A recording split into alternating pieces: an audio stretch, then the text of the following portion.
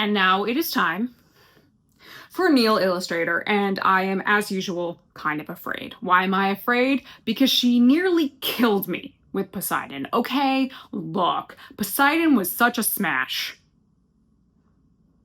I was not prepared. I wasn't. I really loved her Just a Man. Like, Just a Man, absolutely beautiful, devastating, so many good moments in it. And then Ruthlessness came in. It was just like, oh, you thought you saw something? Pfft, prepare. I was not prepared. I'm not prepared for Zeus. I just know Neil's gonna have gone all out on Zeus. And Zeus will be hot. Yes, I'm in the phase of, oh no, he's hot. I just have a feeling Zeus will be hot. Okay? And I'm not ready for Zeus to be hot and seductive in a song. I'm just not ready, but I'm also really excited because Neil, I haven't seen Neil since Ruthlessness, okay? It's been a while. It's been a couple sagas, okay? It's been a couple sagas, and Neil has an art style that I deeply love, and knowing that Neil had worked in animation, studied animation, now works freelance and all of that, like, I know Neil's got the background, which explains a lot of some of Neil's technique and choices and the way Neil frames out everything and sort of focuses on an overall story. It was just like, you had to have studied animation, especially animation in the form of long form storytelling, because there's just choices made that reflect that. And I'm gonna stop stalling. Pray for me, guys. Time for Neil's Thunderbringer. Flashing lights and great. There's already a ghost of an outline of, oh my gosh. Oh! Oh, well, that's interesting. Okay. Before we get into anything, first off, loved that shot of the crew. Again, love that the crew all look different. We've got different hairstyles, everything. Like, it's just nice. That's an extra detail, an extra mile. That's extra work you don't have to do. I don't knock anybody who just like does same face syndrome, same body, same hair, whatever, you know, or makes the crew faceless or whatever. I'm like, no, I get it. Fully understand. With the exception of Eurylochus and Odysseus, we don't name anybody, so like it makes sense. But we're on the shore. Now we know canonically, even in epic, this takes place on the ship because the ending of Mutiny has them getting on the ship and starting to row. So interesting choice that Neil decided to keep them on the shore, almost completely negating that bit. It's at the end of Mutiny. Now, I don't know why. I'm sure Neil's got her reasons, but that's very interesting. I am super curious. Already, though, loving the shape language of the clouds, the way the lightning comes in. I love that color of yellow for it. Right now, the cloud actually almost looks like a face in profile. It's very cool. I'm curious. Wow, look at those clouds. That thunderhead is impressive.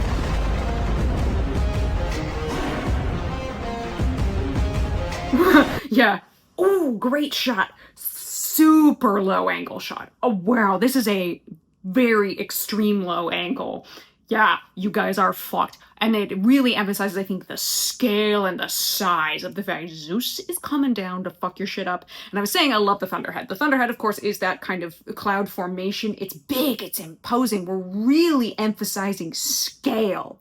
And I love that because the song is big. And it's Zeus. It should be big. This is your absolute, oh shit, I'm so fucking cooked moment. And I love the choices that Neil is making in perspective, in shot choice to really give the sense of scale that I love. Zeus should have a sense of scale, especially in this song. I mean, in this song just begs to have sense of scale, right? But yeah, also like Zeus looking up like, oh shit, oh shit, oh shit, and backing up because he knows they're cooked. He knows they're cooked. Love that we also see Eurylochus. Eurylochus now has a scar on his eye. This seems to be, I don't remember. Now, it's been a while since we really, I don't remember if Eurylochus had one in Ruthlessness or even in Just a Man. Did he? Because if he didn't, I would assume maybe this is something he got from Scylla. Could even be, well, no, it wouldn't be from Polyphemus if he didn't have it in Ruthlessness, and I can't remember. So maybe that's something he got from Scylla. But, we love, who doesn't love a dramatic eye scar? Come on, right? Like, we love a dramatic eye scar. R.I.P. my eye scar beard dude from GG's Animatics. Anyway, continuing, I just love this shot. I love this, love this, love this. Pride is a damsel in distress. No, no, no, no, no.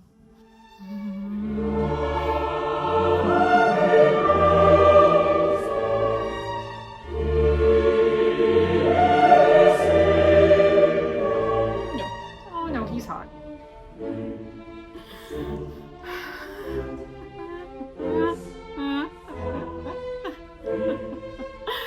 Oh no, he's hot. Oh my god. Oh. Daddy. I'm so sorry. I am so sorry. Oh my god. Oh my god. Oh my.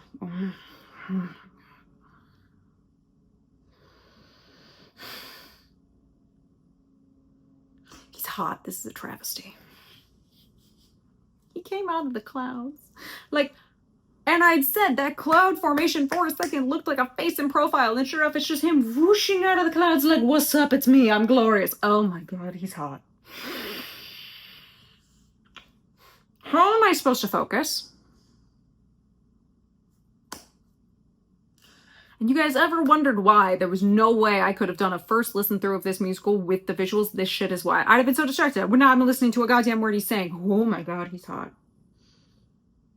He's hot. He's hot, and he's got facial hair, and I love it. Okay, but let's also talk shape language. What I love is they are soft angles, but they are angles. There's not so many curves. Now, while there are curves going on in the clouds with this woman he has now brought in for the Pride as a Damsel in Distress, he's mostly angular, and I like that. Even his hair is amazing. What is it with these Cronades? These Cronades have amazing hair. Poseidon, absolutely glorious hair coming out of the water.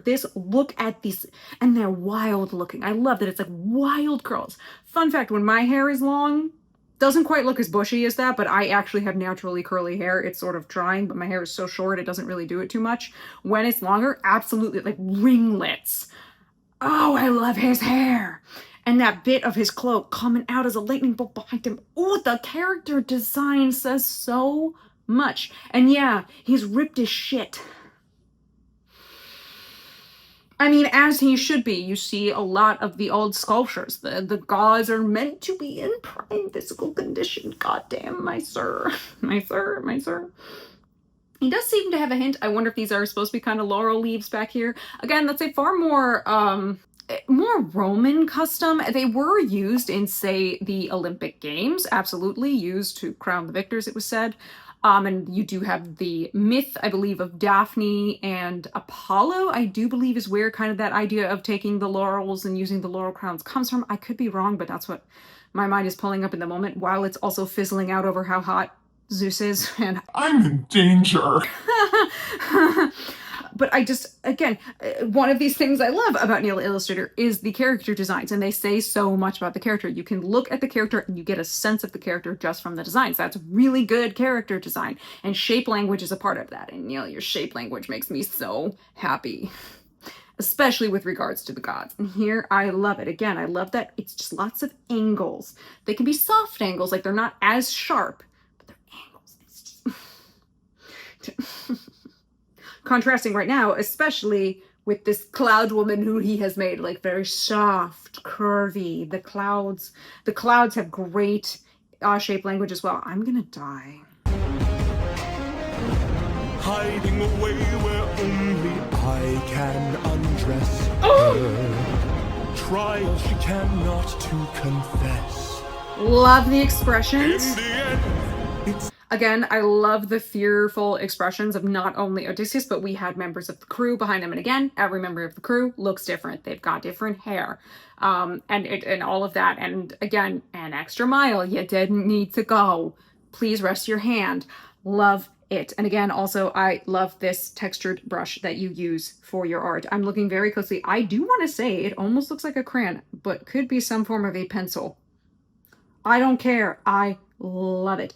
For those who don't know, in digital art, using a textured brush, so a brush that does, here, if you look at these lines, you see how it's not like a perfectly black straight line. It's got like little, it seems like stuff is missing, like you're using a crayon or a pencil or something. Again, that texture.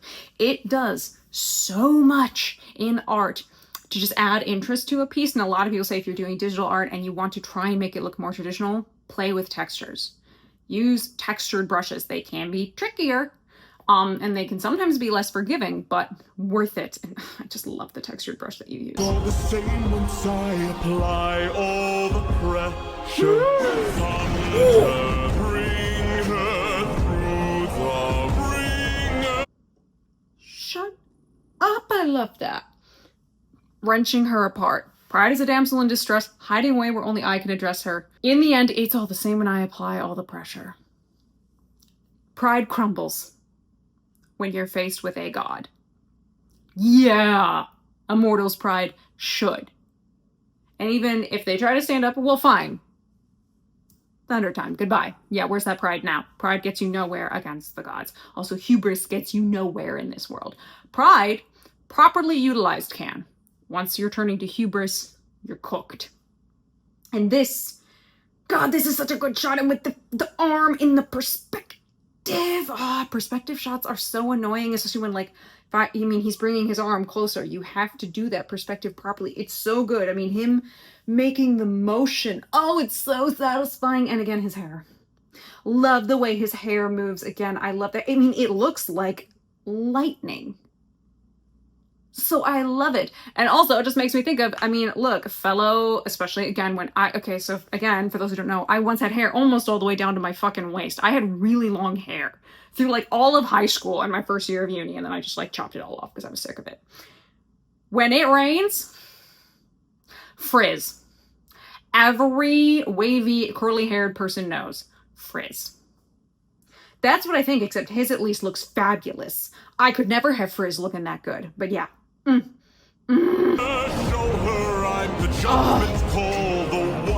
the fact that we don't see his bottom half.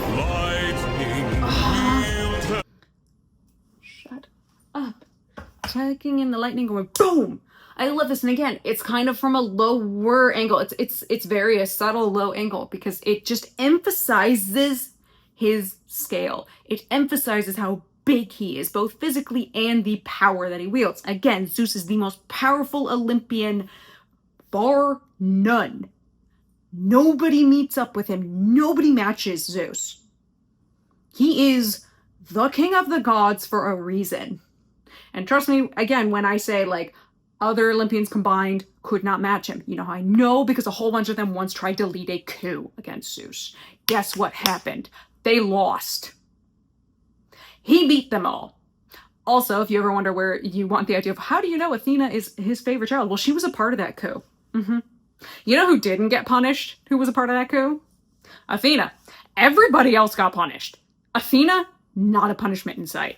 I'm sure he took her side like, baby girl's first coup. I'm so proud. Tell me the plan. We'll work on it. Your next one will be better. I promise. Like, look, we make the joke about the Greek girl dads, but and while there is, you can actually say, an element of the cultural kind of misogyny to it, because fathers love their daughters, because in that moment they are in control of their daughters, right? They love their daughters. They may love their wives. They don't necessarily love women. Hate to say it. But we do make the joke about the Greek girl dads, and he is the most Greek girl dad of girl dads. His favorite child is Athena. Artemis might be right behind her, but like Athena, absolutely favorite. Nobody comes close. Like she is his favorite. And I love this animation. God, it really just shows. Again, scale is the word I'm using because that's frankly, I think the thing that should be emphasized most in these animatics. Zeus should feel so all-encompassing, so huge, so dominant that it's just, you look at the humans and go, you're fucked. Like, there should be a sense of just, I am so defeated. There's nothing I can do. In the face of that, you just go, yeah, he's king of the gods, but also he is a god. Like, that sense of awe and wonder, and that awe can be awe and terror. Totally go hand in hand. And this animatic is giving me that. Oh, stop! Lightning Bolt is a woman. Also, could yellows be used? Oh, not him lounging. Oh, I love, again emphasizing scale. He's so huge, and then you look how far away the humans are, how small they are, but he can see them, he knows who they are, and he looks that big. Could you imagine if he was down close to them? Oh my god, what are they the size of? His nostril? Which again leans into how, what I loved was the sense of scale of Poseidon and ruthlessness. This is that, like, blown up to the nth, like, nth degree, and I love it. And also love that he's relaxing. He is. This is just a little quick trip, a little quick chore for him to do. It's not really a chore. It's a little quick favor he's got to do for Helios. But he's leaning back, and it's like, okay, let me see what you got, humans. What you got for me? If I were to pose this as a choice, which again, this entire encounter does not happen in the Odyssey. I don't care. It's still one of my, like, it's still like my #2 song. I love this song so much. This whole encounter does not happen in the Odyssey. And it just emphasizes, like, the thing that Zeus bemoans in the opening dialogue ever spoken in the Odyssey. So yes, you open with this narrator, does the invocation of the muses, kind of sets the stage, and then the first spoken words, the first dialogue of the Odyssey is Zeus. See now how the mortals blame the gods, basically. He's like, they always blame us for their fucking choices, for the shit they do. We try to warn them. We try to say, hey, by the way, if you do this, X. If you do that, Y. Not our fault they just did what they did. Humans are the product of their own choices. So as much as he's giving Odysseus a choice, there is no choice. But also he knows exactly the choice that Odysseus is going to make. I love it. I love it. Again, this is all about hubris, pride, falls away when in the presence of a god. Because you can't lie to me. You can't. You can't even properly lie to yourself when faced with the awe of a god. It's delicious. The lives of your men and crew or your own, why do I think they do? Ooh, not the eye roll. Like me, king of Ithaca, since Oh, not that look. Not the enlighten me. That posture. Ooh, I love it. I love it. I love it. I love it. I love it so much. And again, continuing, no bottom half. We've never seen the bottom half of Zeus. I kind of love that as a choice. Again, it really emphasizes, like, where even is he? Where is he coming from? How big is he? I don't even want to... Also, help, he's hot. I'm distracted. I wonder who takes the weight of the damned and suffer. I love that his eyes are yellow. Fate to the thunder. Oh, what a shot. Ooh, that's a great shot. We saw one dude getting blown back by the lightning. Great gesture on it. Oh, I mean, why am I surprised? I know that Neil's got great gesture.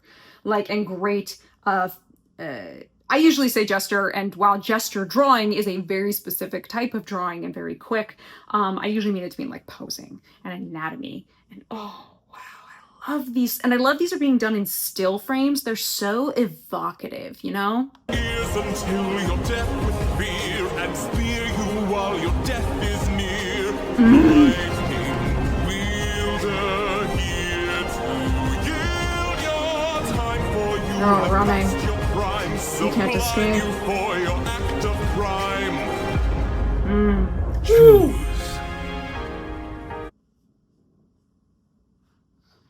Zeus jump scare. Oh my god, Zeus jump scare. Not the thunderbolt and then just face, but an extreme close-up face. Again, emphasizing how huge he is compared to these mortals. Ooh, that was such a good shot, Neil. That was very satisfying. A very good jump scare. I was like, ah, and a ooh, and a ooh, and a ooh, and a ooh. Ooh. I love the look of Zeus too. Like his smile. He looks, as much as he is having fun in moments, you can kind of tell by sort of like the way his eyes go a little bigger, like he's sort of enjoying it. There's in his expression, kind of like your dad looking at you like, I did tell you so. Like, I warned you. There's something in the expression, especially here with the way the eyes are drawn and just the way his smile is. I just kind of love it. And again, Zeus, the All-Father, well, that's sort of Odin, I think he gets called All-Father, but King of the Gods. Father, like with a capital F, like, I kind of love that expression. And the fact that all of the men are running towards the ship, towards the beach. Odysseus isn't. Eurylochus is sort of caught in it. He's kind of looking back. And Odysseus is just standing there like, we're so cooked. He's sort of accepted that like, oh, we're so fucked. We're so fucked. I mean, he knew that, but ooh. Choose. Someone's gotta die today, and you have got God, he's so huge. I love the size differential. You or your crew, Oh, what a shot.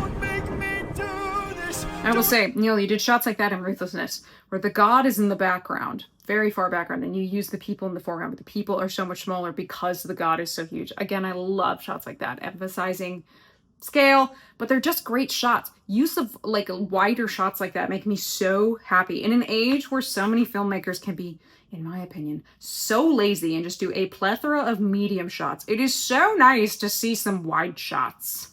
You have no idea, and some extreme close-ups, and like really do interesting shit. Make me do this.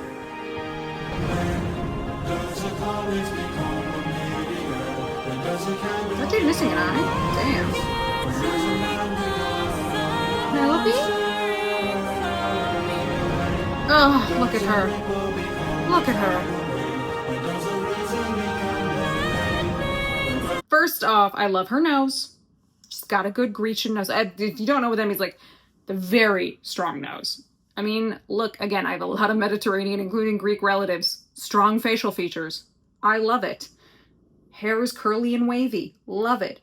The sort of diadem of sorts we have going on here feels very, you know what it gives? It gives a wee bit of Hera and Disney's Hercules. Just some of the costuming design. Now that particular kind of sort of diadem look, again, in the Bronze Age, not quite yet. Later, I do believe that might even be, I want to say it could be more Roman, but I'm actually not entirely certain. But I know it's not, I know enough at least about Bronze Age looks. And it's not quite Bronze Age. But beautiful. She's gorgeous. And, you know, the way he's holding on to her, just, that's a lovely image. Oh, she has a beauty mark too. Love that. I'm just like, really, it was the nose. I love the nose, and I happen to see the diadem. Good shit. Nope,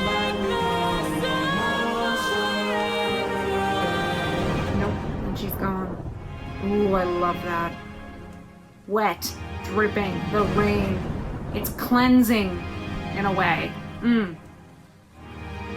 Yep, there's Eurylochus pushing through. Look at all the different crew members. I saw an Ice-Scar beard dude in the back. Different Ice-Scar beard dude, but we have an Ice-Scar beard dude, and he's about to die. What is it with me loving the Ice-Scar beard dudes? I need to stop. Y'all need to stop making them. And again, Zeus in the background. Love it, love it. It looks like the opacity got turned down. So the opacity is like 100%. Like if you turn down the opacity, you make them look more ghost-like, right? If that makes it. For those who don't know all these terms. I'm assuming most people know what opacity is, but just in case. Looks like the opacity got turned down, and you can tell because Odysseus in the kind of more air quotes here, more foreground, has these very black, the lines are black. It could be an extremely dark gray, but I'll say black. And then the line work for Zeus is a much lighter gray, which tells me the opacity likely got turned down. Or you just used a completely different color, but I would likely imagine that it's the opacity getting turned down. Love it. Love that we still have Zeus in the background watching this happen. But we'll die. All the men. I know. Smiles. Oh, and up he goes. And we're doing another one where all the men rush Odysseus. Oh, and he faces them head on. Oh my gosh, look at... Okay, again. Gesture work. Again, the movement of these gods when they really rev themselves up to cause destruction, which again, my only other reference for this from Neil is Ruthlessness, and Poseidon had some great moments in this. We have him spinning. We see the clouds starting to spin above. He's kind of turning. He's pulling himself in like, yes, and here we go. I mean, it's like a rev up, and I love it, and we really get to show off the anatomy and the musculature and everything else, which is like, again, oh no, he's hot, and oh no, he's having so much fun. Also, oh no, his hair is so goddamn good. Again, I love the hair. Really kind of evokes lightning in a way. I don't know if that's what it's meant to evoke. That's what I'm gonna believe, and I love it. Really showing off his hard angles versus the curves of the clouds. Again, that kind of contrast, so gorgeous. And also seeing Odysseus, you know, the men are coming at him, except for Eurylochus, who's just kind of looking at him. And Odysseus turns even more to face them head on. Like he will watch what happens, the effect of his choice. I kind of like that. Oh, the lightning flash is so great.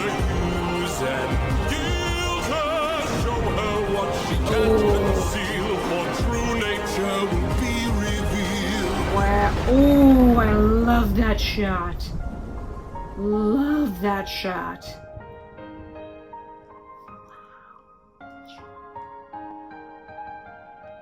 Oh, okay, not the tear dropping with the piano. I see you. I see you, Neil. I love that. I love that. I love that so much. I can't tell you how much I love that. Love that. I assume that's probably why you wanted to move it to being on the land and not on the ship, is because you get that beautiful shot. Everything exploded around Odysseus again. He's been spared. Nobody else has been. And then him falling down, the tear dropping. I wonder if that's why, Neil, you moved it to the shore as opposed to it being on the ship, as the musical implies, through the end of Mutiny. Regardless. Stunning.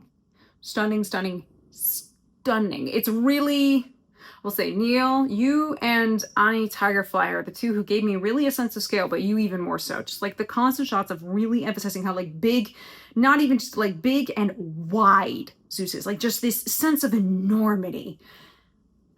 And which creates that sense of the inevitability of what's going to happen at the end. Which... I love it so much. I love it so much. I love it so much. And that is the end of all the Thunderbringers. Thunderbringer through the ringer. I just really like Thunderbringer, guys. Love Thunderbringer. Loved all the different designs. Loved all the different choices. Oh, that was so much fun. I feel almost exhausted though. I was having so much fun. And I'm like, oh, now it's over. And I'm also remembering that I have to do the Wisdom Saga next. All right, animators, it's on you. It's on all the animators and the artists to get me to sit my butt down through the Wisdom Saga and the Vengeance Saga. It's going to be on you. No pressure.